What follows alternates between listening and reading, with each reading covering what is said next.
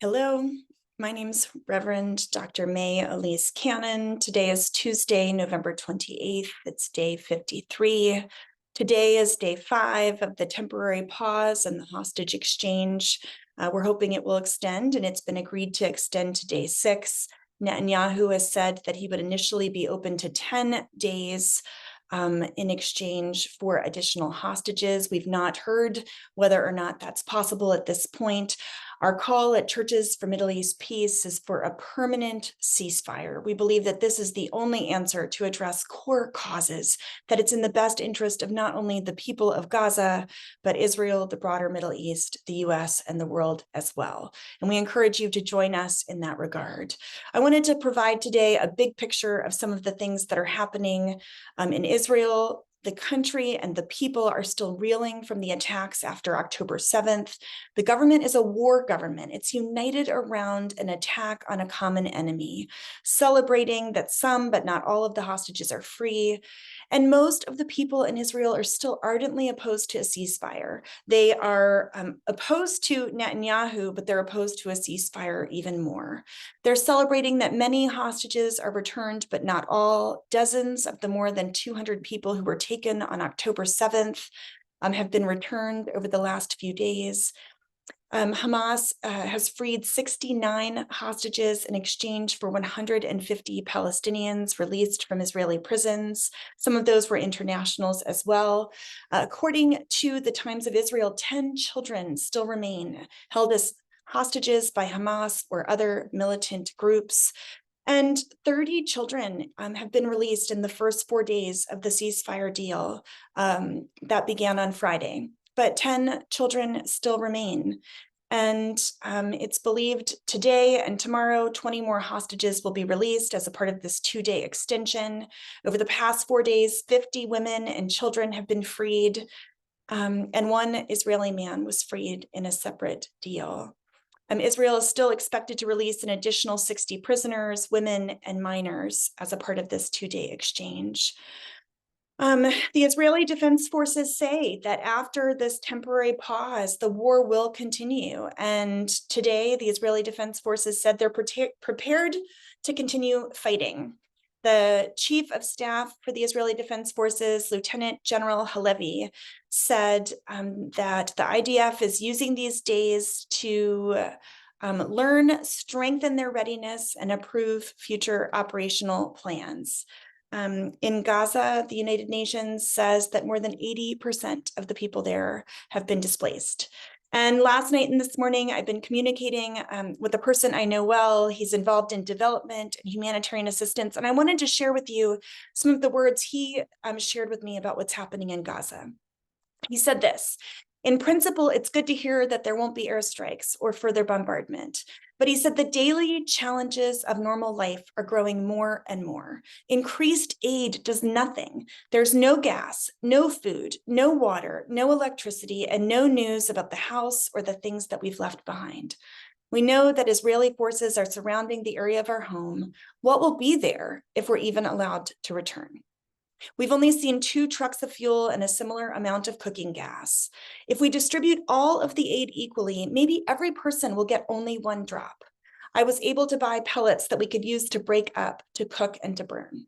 We're having heavy rain and cloudy weather. Solar panels that remain only are at 10% capacity, which means it is pitch black throughout all of the night. When I asked him what we should be communicating to the US government about aid and the realities in Gaza, he said this: only such a small amount of trucks and aid that are supposed to be giving life-saving supplies for more than 2 million people. How many trucks of cooking gas? How many trucks of water? How many trucks of fuel? I'm fighting to prioritize emergency female hygiene kits of menstrual pads for women, but there are none to be found. Ask the White House, what's their solution for this? What's their answer for the thousands of people who are sleeping on the street, for children wandering aimlessly looking for their parents and family who have been killed? The US government is encouraging stealing and looting because people have no other alternatives.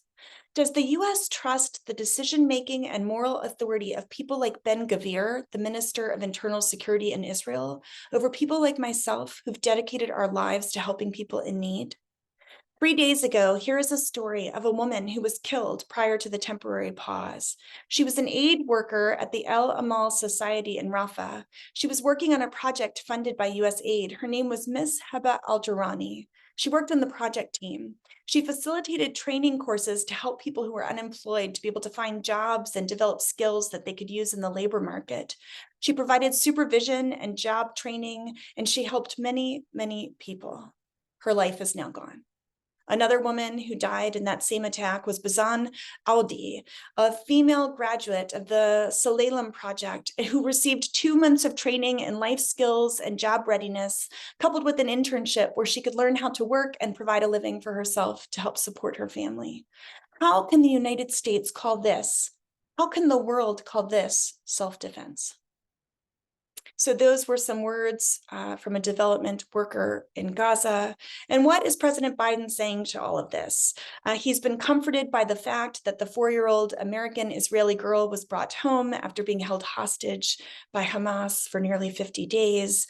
And the New York Times reported that Biden is asserting that Israel does have a right to defend itself, that still the attacks, particularly if they continue, that they are self-defense, but the president hopes to influence military action, quote, to ensure more targeted responses that avoid civilian casualties, end quote.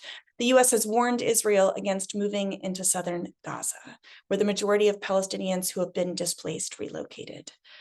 My encouragement is that we must call on the Biden administration and members of Congress to support a bilateral ceasefire that will last and to address core causes. We're hearing alternative messages from the White House as well. Mr. Kirby said we're going to continue to urge Israeli counterparts as they plan to go back to military operations that they do it in the most discreet, deliberate, careful, and cautious way possible. And I would say to Mr. Kirby and to our president, not good enough. This war must be brought to an end. And so I would encourage you in standing with us in that call. There have been protests around the world calling for an end to the war. Time magazine reported today that more than a dozen state lawmakers and activists in the US are starting a hunger strike. They're doing 5 days of a hunger strike calling for a permanent ceasefire in Gaza. And there also have been attacks on Palestinians or protesters or Jews here in the United States. This morning, NPR reported that one of the Palestinian students in Vermont who was shot may be permanently paralyzed. And so in our advocacy, may we stand up against hatred. May we peacefully advocate for peace. Join us in that call. Call your members of Congress. Call for a ceasefire now, which is so desperately, desperately needed.